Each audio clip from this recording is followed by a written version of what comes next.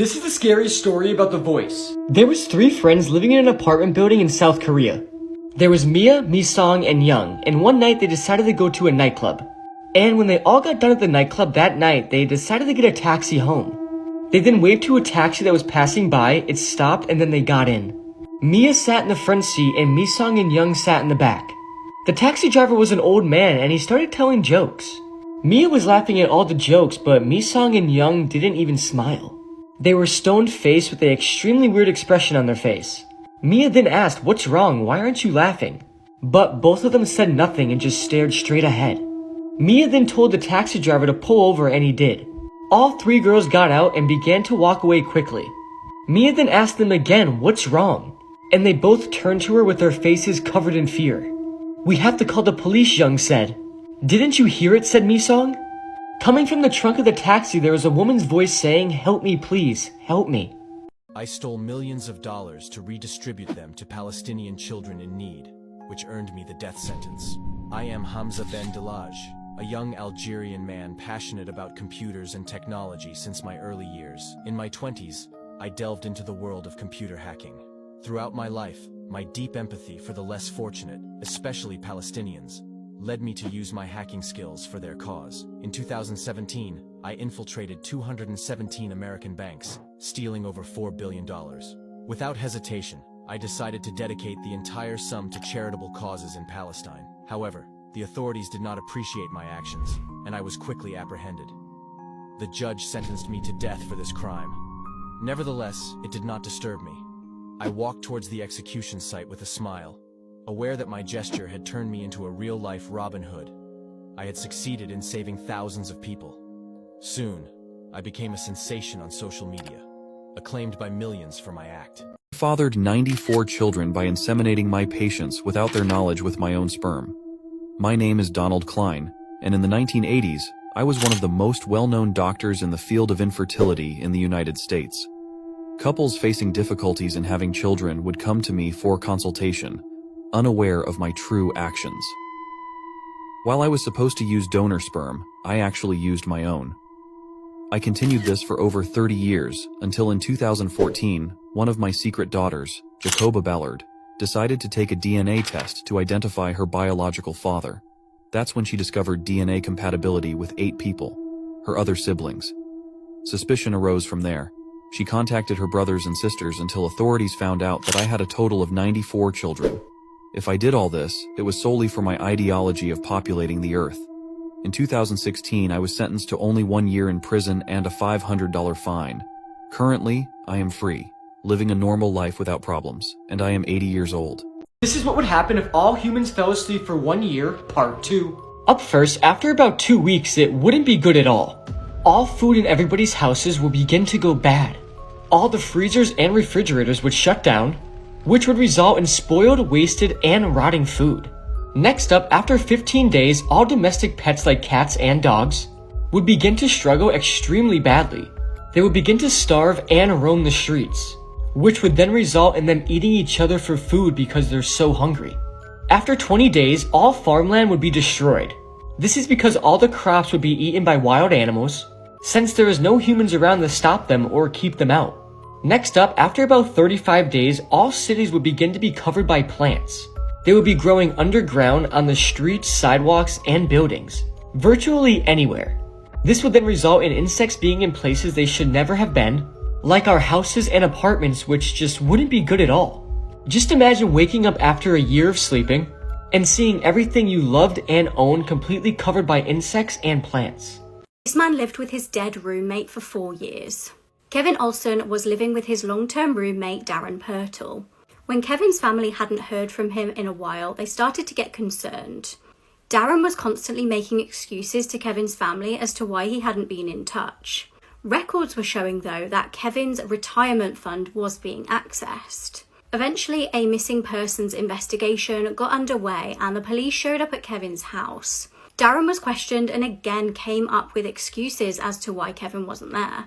When police took a closer look inside the property, however, they found Kevin's body. He was on the floor of a bedroom and his body was badly decomposed. Kevin had clearly been deceased for a long time, but that didn't explain why his finances were being accessed regularly. It turned out his money was being transferred to Darren's account since the summer of 2019. Investigators now had an explanation as to why the deceased man had not been reported deceased. Although they didn't suspect any foul play in his death, Darren was charged with identity theft and forgery. These are videos humans were never meant to see. Okay, so we all know how the Titan submersible completely imploded, killing all 5 people on board. But do you actually know what an implosion does to the human body? If not, I'm about to show you the video of what it does to our bodies, and we can talk about it after.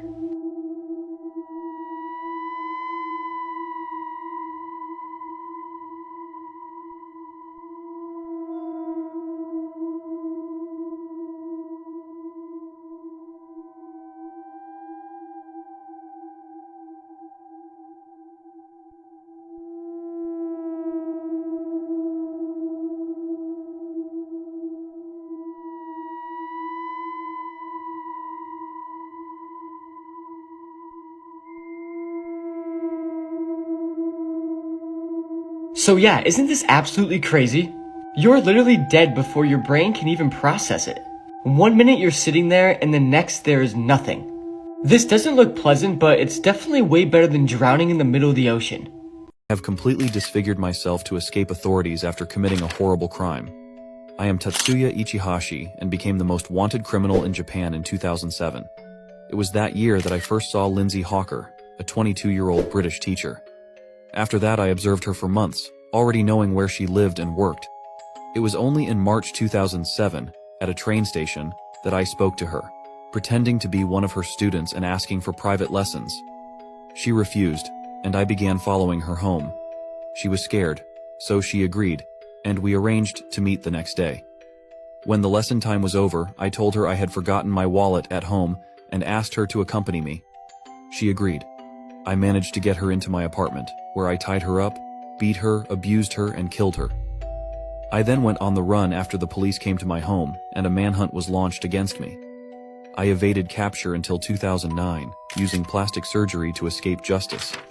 I was finally arrested in November 2009 while attempting to leave Japan on a ferry.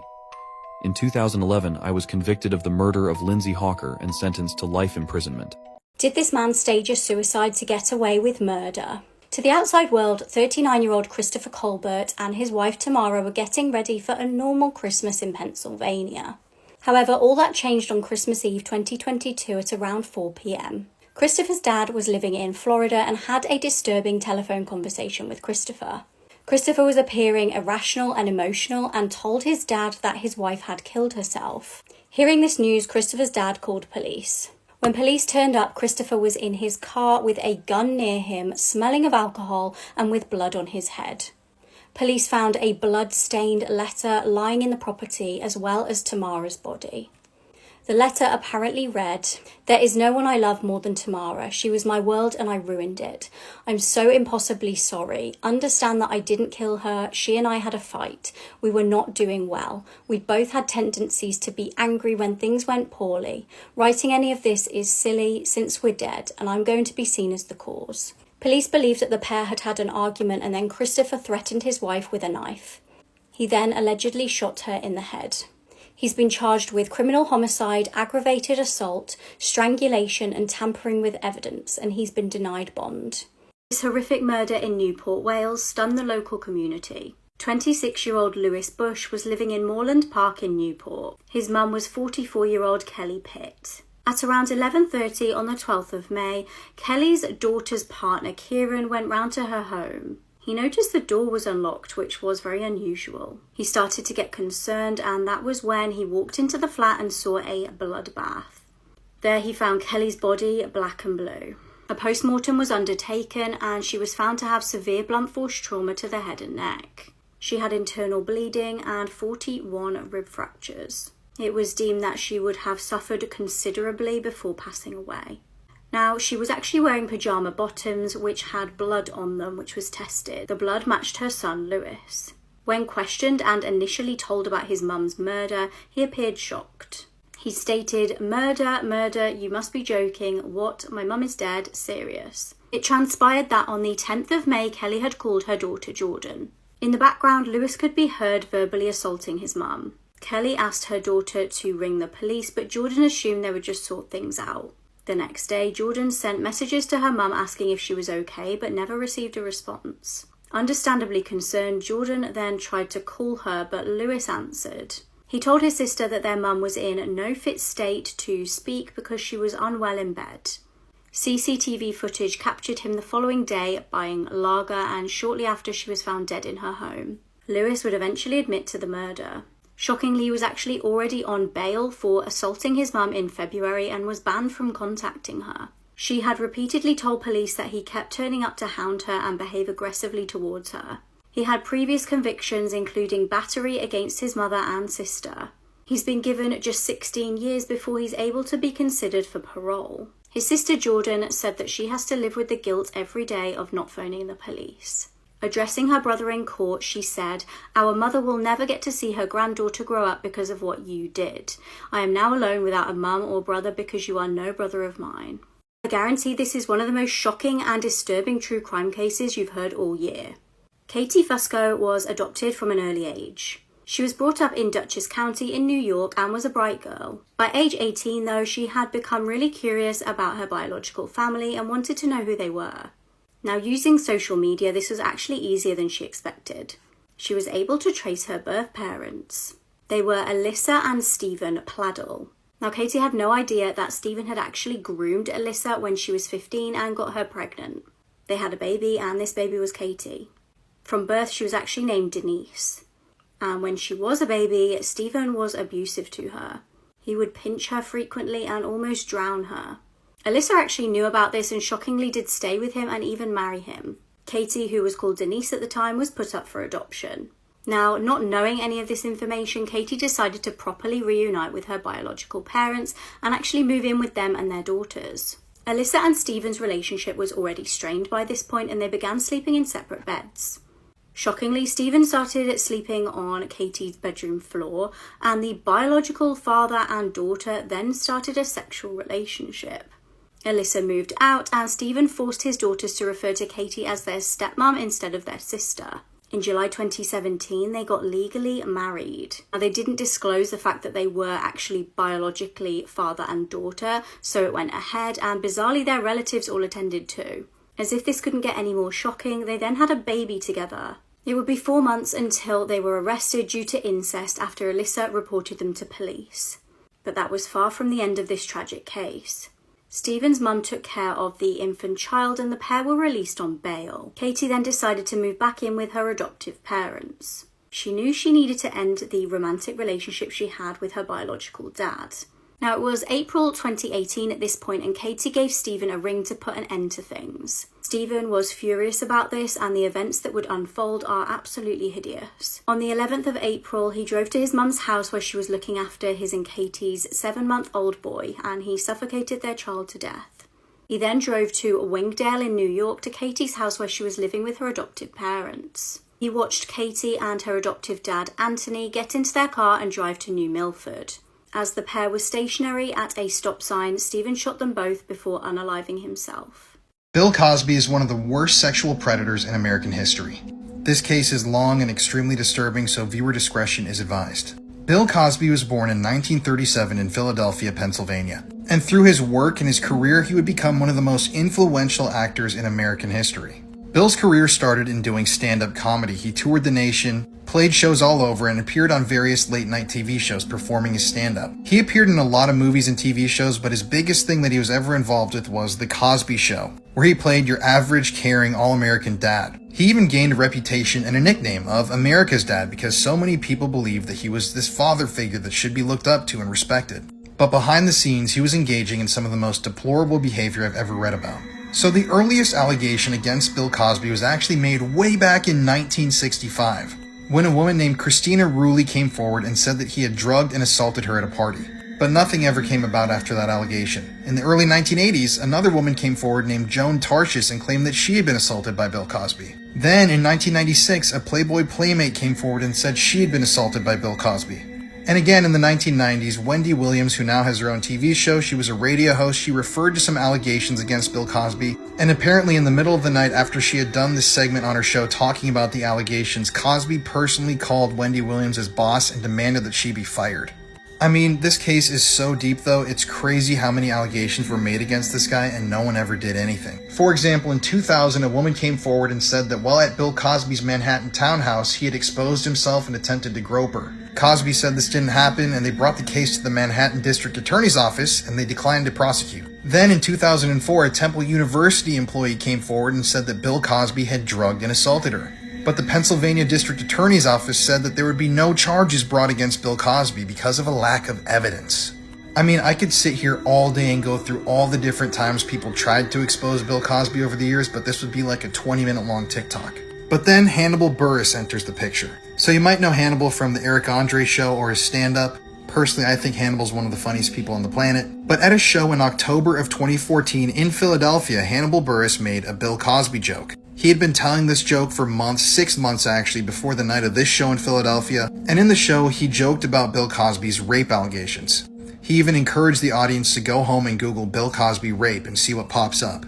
This joke was meant to emphasize the fact that Bill Cosby had maintained this American dad, all-American guy image over the years, even though he had been accused of sexual assault so many times. And this video of the performance by Hannibal is what blew this case wide open. And what happened next is crazy, but I have to post a part 2 here because I'm running out of time, so if you want to see it, I'm posting a part 2.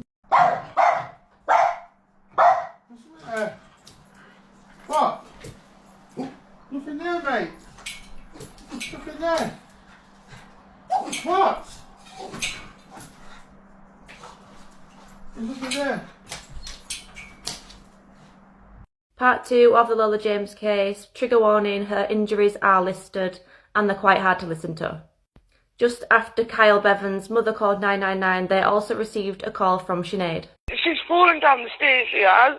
Right, okay. From the top of the stairs to the bottom, and her whole head's all swollen, and she's bit the top of her tongue off or something. Okay. So, just to confirm, is she conscious? Is she conscious? I don't even know. Yeah, she's conscious. She's breathing and everything. She's just sleeping. Can you go sit with her, please? So does she wake up when you try and wake her? She like moves when I try to wake up. Her eyes are all swollen and all. What caused the fall? This bloody dog that I had at barged her and she just fell. Okay. Is there any serious bleeding? Kyle, is there any serious bleeding? Is there any serious bleeding? No. Okay. It's just bruising and her head's all swollen and her eyes. Okay, so stay on the line and tell her exactly what to do next. Do not move her unless she's in danger and do not splint any injuries. Can I take her name? Yeah, it's Lola James. Paramedics arrived at the house after just 5 minutes and Lola was taken to Withybush Hospital, where Kyle became really aggressive and defensive when doctors were asking questions about Lola's injuries. Lola was then transferred to University Hospital Wales in Cardiff, and while she was laying in a hospital bed fighting for her life, Kyle messaged Sinead asking what she was going to tell the police. Sinead and Kyle were both arrested, and on July 21st, 2020, at 1:18 p.m, Lola James passed away due to her catastrophic brain injury. One doctor who examined Lola said she was the most battered and bruised child she'd ever seen during her long career. These are just some of the injuries. Multiple bruises on her forehead, scalp and around her eyes, 2 cuts near her right eye, hemorrhages to the upper part of her neck and back of her skull, 3 puncture wounds on her forehead, swollen lips, bruising along her cheekbone, hemorrhages on left cheek and temple, bruising on her nose, dark red bruising on her jawline, scratches all over her cheek, chin and neck, bruising on her neck and ears, bruised shoulders, abrasions on her back possibly caused by a weapon, extensive bruising on her back, extensive bruising to her thighs, groin and pelvis, bruising to her knees and lower legs, bruising on her chest, bruising on her arms and hands. There wasn't one part of Lola's tiny body that wasn't bruised, and she sustained 101 injuries in total. Lola had been hit so hard by Kyle that it caused subdural bleeding in her skull, and she'd then been shaken so violently that she lost consciousness and died as a result of brain damage. Sinead and Kyle were both sentenced yesterday on 25th of April 2023, so please go to part 3 for details of the sentencing. Jeffrey Epstein didn't kill himself. At least that's what a lot of people think. And here's some of the evidence that they cite when they talk about this case. So after his initial arrest, Jeffrey Epstein was placed on suicide watch for a number of reasons, even though he was continuously telling prison psychologists, friends, attorneys that he wouldn't do that and he's never considered it. So first of all, let's take a look at this sign. This is a sign that was hanging on or around Jeffrey Epstein's jail cell. No one knows why this question mark is around the mandatory. A newspaper even reached out to the Bureau of Prisons to ask about why there was an underlining question mark here, but they refused to comment. 7:49 on the night before they found Epstein dead in his cell. He's led to his cell and he's placed there. So Epstein had been on suicide watch for weeks at this point, but he had just been taken off suicide watch the day before. The people running the prison, the Bureau of Prison System, they recommended that Jeffrey Epstein needed to have a roommate at all times.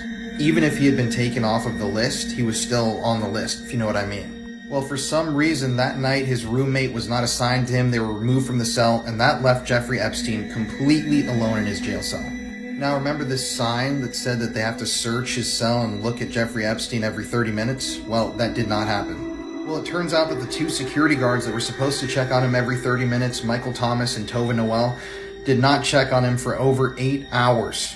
Video surveillance footage literally shows them playing with their phones and sleeping on the job. And keep in mind that Epstein at this point was America's most high-profile criminal. This dude was all over the news. And after all this, these two were charged with falsifying documents and attempting to defraud the federal government. So something that's always kind of rubbed me the wrong way about all this is the security camera footage itself. Now, this is a prison. Every angle should have been being captured at every single moment. You know, anything can happen in prison. And video footage of the security guards exists from that night, but there is no video footage of Epstein's cell block area or his cell door. It's actually been reported that the camera that was shooting the angle down Jeffrey Epstein's cell block area corrupted the night that he took his own life. Of all times for this one specific camera to corrupt and the footage to be lost, it was that night when it happened. And there's a lot more that we're going to get into, but like I said, there's just a lot here that we're going to cover, but this quote really says a lot about what I just told you. So Epstein's taken off suicide watch the day before he kills himself. His roommate is removed from the cell. The cameras on his tier are not working. The guards fell asleep. It seems almost impossible to think all those things could happen in that way. And this is Epstein we're talking about, America's most high-profile prisoner. In fact, the suicide watch observation log, this is the actual document, shows that Epstein was acting pretty normally that day. Which isn't to say that he wasn't deceiving people by saying he didn't want to take his own life when he was secretly trying to get alone time where he could do it, but it's still an interesting side note. In the next TikTok, we're going to get into the really crazy stuff. This is Sanitator 88, one of the worst videos from Russia explained. This was a neo-Nazi group called Sanitator 88, and what they did was target homeless people to kill so that they can cleanse the city. The video opens up with title screens and heavy metal music playing, and once the introduction finishes, the video opens up the first clip. The attacker is facing the camera and his face is blurred out and he does a Nazi salute. You can see in the background a church and a homeless man sleeping. The attacker then turns around and makes his way towards the homeless person, and once he gets there, you see the homeless person asleep on his back, and at this point the attacker stomps on the homeless man's head a couple times. The homeless man then sits up, and at this point the attacker starts stabbing him multiple times in the back and also in his right arm. This is all happening so quick that the homeless man really doesn't realize what's going on, and I don't think he realizes he's being stabbed. The attacker then kicks the homeless man in the face, which knocks him out unconscious, and he then starts to stab him in the chest while he's unconscious. And that's where the clip ends for the first video. These videos are basically put together like a montage, and the next clip then plays and they find a homeless man loitering behind a dumpster. The attacker then sucker punches him and kicks him to the ground and starts to stomp him out. And all while this is happening, it looks like the homeless man is pleading for his life and telling him to stop. But as you can guess, the attacker does not stop. At this point, he gets a knife and starts stabbing the homeless man in the ribs, and while the stabbing is happening, according to reports, the homeless man said, "Please stop, it hurts." It's extremely hard to watch, and then the clip ends. A new clip then begins, and in this clip you see a homeless man sitting in a chair outside overlooking a lake. The attacker then quickly approaches him and kicks the homeless man in the face, which knocks the homeless man clean out. And once he's knocked out, the attacker starts repeatedly stabbing him in the chest, and that clip then concludes. The video then jump cuts to another clip, and in my opinion, this clip is the worst. The clip opens up and they find a homeless man sleeping in the woods. He's sleeping on a dirty old mattress and he's got a green tarp covering him. The attacker then removes the green cover and begins stomping on the homeless man's head until he's knocked out. The attacker then stabs the unconscious homeless man 5 or 6 times in the chest. He then stabs him in the neck, and you see a continuous fountain of blood shoot from the wound in his neck. As this is happening, you can hear the victim choke on his blood, which is just an awful thing to hear. The video then jumps forward and it shows the attackers revisiting the crime scene. You realize the body hasn't been discovered, and you then see the body going through stages of decomposition, and then the clip ends. This video is just sickening and sad, and I don't recommend searching for it or watching it. These people just attacking asleep or distracted people shows how much of cowards they are.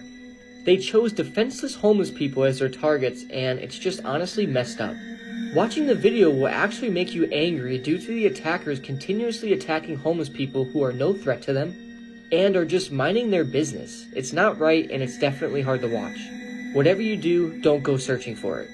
Some are calling this the most horrific fraternity hazing ever in the United States. This is how one night at university can destroy your life forever. Danny Santulli was 18 years old and a freshman at the Uni of Missouri. In October 2021, Danny was captured on CCTV being blindfolded and led downstairs in an event named Pledge Dad Reveal Night. Danny was made to drink a litre of straight vodka by himself. At around 10:55, Danny collapsed and some of the frat members were seen carrying him to a sofa. Around midnight, Danny was captured on cameras sliding off the sofa, and shortly after he was found unconscious with blue lips. Shockingly, instead of calling an ambulance for Danny, the frat members piled him into a car, dropping him on the way. They drove him to hospital, but at this point he was already in cardiac arrest. Danny had to be resuscitated and spent the next 6 weeks in intensive care. Prior to this evening, Danny had been left needing stitches and crutches after he'd been forced to climb inside of a bin with broken glass inside. 2 nights before the night in question, Danny broke down in tears on the phone to his sister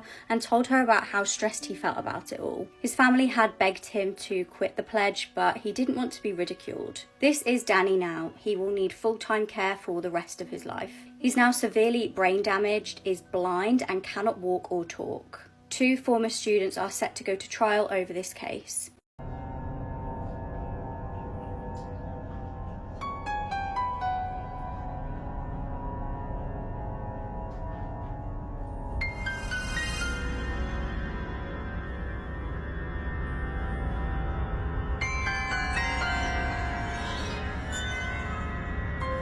If I didn't know this was a true crime case, I would think it was a disturbing horror film. On the morning of the 7th of October 2022, a barefoot woman was running around Excelsior Springs, Missouri, bashing on people's doors. Witnesses describe her looking like she came straight from a horror film and she was calling for help.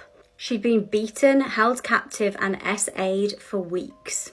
The woman was a shocking sight. She was covered in injuries and was wearing a bin bag. Disturbingly, she was gasping for breath as she had a very tight metal collar locked round her neck. It was a nurse who opened the door to her and let her come in. The nurse started to call police, and at this point the woman panicked. She warned her that the captor would kill her and claimed that he had killed her 2 friends. When police got there, the woman explained that a man called Timothy had captured her the month prior. He'd been holding her hostage this whole time. She said he'd been keeping her locked in the basement and had been SAing her.